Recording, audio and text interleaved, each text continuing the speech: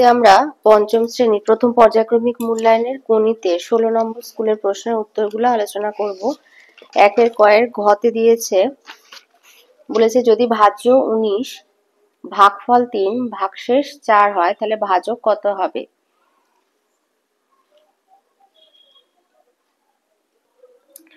তো এখানে ভাজক বের করার সূত্র হচ্ছে ভাজ্য বিয়োগ ভাগশেষ ভাগ ভাগফল।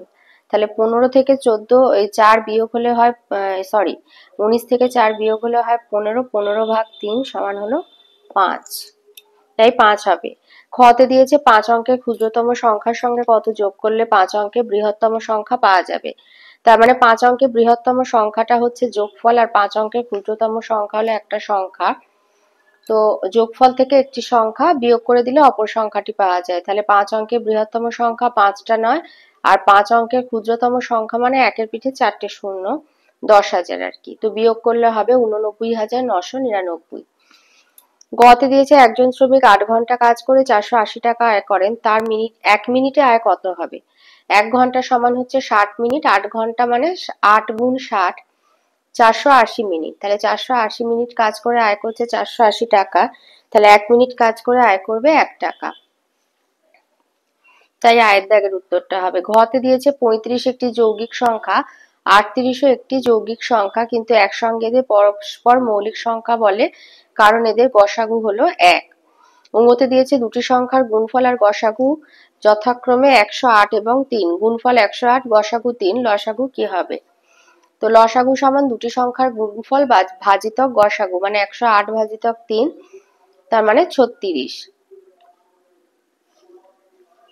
চয়তে দিয়েছে 0, 8, 3, 2, 1 এক অঙ্কের এই 5টি সংখ্যা দিয়ে গঠিত 5 অঙ্কের সবচেয়ে বড় সংখ্যা। তো এগুলো বড় থেকে ছোট সাজিয়ে দেবে, তাই 83,210 হবে। ছতে দিয়েছে দুটি যৌগিক সংখ্যা লেখো যারা পরস্পর মৌলিক, 15, 16। বর্গীঞ্জয় শূন্যস্থান পূরণ, ভাজক গ্রেটার দেন হবে ভাগশেষ, মানে ভাগশেষ ভাজকের থেকে ছোট হবে। ঝয়তে দিয়েছে এই সংখ্যাটির 7-এর স্থানীয় মান 7 আছে হাজারের ঘরে, তাই 7-এর স্থানীয় মান 7,000। 2 এর কতে দিয়েছে ভাগ প্রক্রিয়ার সাহায্যে গসাগু করতে 26, 65 আর 91। তো 65কে 26 দিয়ে ভাগ করলে 65-র মধ্যে 26 দুবার যাবে, 26 দিয়ে 52, 65 থেকে 52 বিয়োগ দিলে হয় 13, আর 13 দিয়ে হচ্ছে 26, আর 91কে 13 দিয়ে ভাগ করলে হয় 7, 13, 91, তার মানে গসাগু হবে 13। খতে দিয়েছে 5 অঙ্কের ক্ষুদ্রতম সংখ্যা আর 3 অঙ্কের বৃহত্তম সংখ্যার থেকে কত বড়। তাহলে 5 অঙ্কের ক্ষুদ্রতম সংখ্যা মানে একের পিঠে 4টে শূন্য, মানে 10,000, আর 3 অঙ্কের বৃহত্তম সংখ্যা মানে 3টে নয়। তো কত বড় কত বেশি বলে বিয়োগ করে দিতে হয়, তো বিয়োগ করে দেবে 9,001 বড়। গতে দিয়েছে 472, 472 মাসে কত বছর কত মাস। তো যেহেতু 472টা মাস আর এক বছর সমান 12 মাস, তাই 12 দিয়ে ভাগ করবে, 47 নেবে, 12 3 36, 47 থেকে 36 বিয়োগ হলে হয় 11, 2 নামলো 112, তার মধ্যে 112-এর মধ্যে 12 যাবে 9 বার, 9 12 108, ভাগশেষ 4, তাহলে 4 মাস, আর এখানে 39 বছর, তাহলে 472 মাস সমান 39 বছর 4 মাস। ঘতে দিয়েছে 5 বছর আগে বাবার বয়স ছেলের বয়সের দ্বিগুণ ছিল, ছেলের বর্তমান বয়স 30 বছর, তাহলে বাবা ও ছেলের বর্তমান বয়সের সমষ্টি কত। ছেলের বর্তমান বয়স 30, তাহলে 5 বছর আগে ছেলের বয়স 5 বছর কম ছিল, তাহলে 30 বিয়োগ 5 তখন ছিল 25 বছর, আর 5 বছর আগে বাবার বয়স ছিল ছেলের বয়সের দ্বিগুণ, মানে ছেলের যখন 25 বছর বয়স, বাবার বয়স 25 গুণ 2 মানে 50 বছর। তাহলে এটা 5 বছর আগে, বর্তমান মানে 5 বছর পরে, তাহলে বাবার বর্তমান বয়স 50 যোগ 5 এখন 55, তাহলে বাবা আর ছেলের বর্তমান বয়সের সমষ্টি হবে 30 যোগ 55 মানে 85 বছর।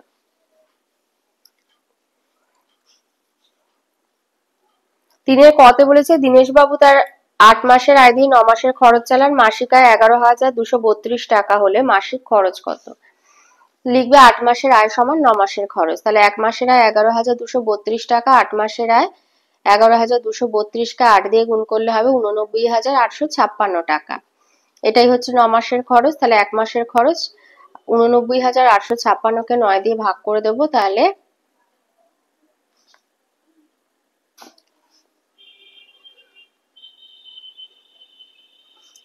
তাহলে এক মাসের খরচ হবে 9,984 টাকা।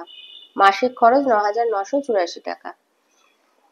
ক্ষয়তে দিয়েছে 45 লিটার কেরোসিন তেল আর 30 লিটার পেট্রোল সমান মাপে টিনে এমন ভাবে রাখতে হবে যাতে দুই প্রকার তেল মিশে না যায়। কমপক্ষে কতগুলি টিনে তা করা যাবে আর প্রতি টিনে কত লিটার তেল ধরবে? তাহলে 45 আর 30-এর গসাগু বার করবে। 5 9 45, 5 6 30, 3 দিয়ে গেলে 3 তিরিকে 9, 3 দুগুণে 6, তাহলে গসাগু হচ্ছে 15। 45কে 15 দিয়ে ভাগ করলে হয় 3 আর 30কে 15 দিয়ে ভাগ করলে হয় 2। তাহলে মোট টিন লাগবে 3 যোগ 2 5টি আর মোট তেল 45 যোগ 30 75 লিটার। তাহলে 5টি টিনে মোট তেল ধরবে 75 লিটার, একটি টিনে তেল ধরবে 75 ভাগ 5 15 লিটার। তাহলে কমপক্ষে 5টি টিনে তা করা যাবে আর প্রতি টিনে 15 লিটার তেল ধরবে। গত দিয়েছে ধর্মতলা বাস স্ট্যান্ড থেকে দুটি বাস সকাল 7টায় ছেড়ে একটা রায়চক অপরটি বালির দিকে গেল। ওই দুই দিকের বাস যথাক্রমে 15 মিনিট আর 25 মিনিটের অন্তর ছাড়ে। সকাল 7টার পরে কখন বাস দুটি আবার একসঙ্গে ছাড়বে? 15 আর 25-এর লসাগু বার করবে। লসাগু হচ্ছে 75 মিনিট। 75কে 60 দিয়ে ভাগ করলে হয় 1 ঘন্টা 15 মিনিট। তাহলে সকাল 7টার পরে বাস দুটি 8টা 15 মিনিটে একসঙ্গে ছাড়বে। 1 ঘন্টা 15 মিনিট পরে, তাহলে 7টায় ছেড়েছে, তারপরে 8টা 15 মিনিটে আবার একসঙ্গে ছাড়বে। ঘরে দিয়েছে দেবব্রত বাবু 59টি ঘড়ি বিক্রি করে 11,800 টাকা বেশি পেলেন। একটা ঘড়ির ক্রয় মূল্য প্রতিটি মানে একটি ঘড়ির বিক্রয় মূল্য, ক্রয় না, বিক্রয় মূল্য 1500 টাকা। 59টি ঘড়ি তিনি কত টাকায় কিনেছিলেন? তাহলে একটি ঘড়ির বিক্রয় মূল্য 1500 টাকা, 59টি ঘড়ির বিক্রয় মূল্য 1500 গুণ 59 মানে 88,500 টাকা। তাহলে 59টি ঘড়ির মোট ক্রয় মূল্য 88,500 থেকে এই যে টাকাটা বেশি পেয়েছে বিয়োগ দিলেই ক্রয় মূল্য বেরিয়ে যাবে, মানে 76,700 টাকা।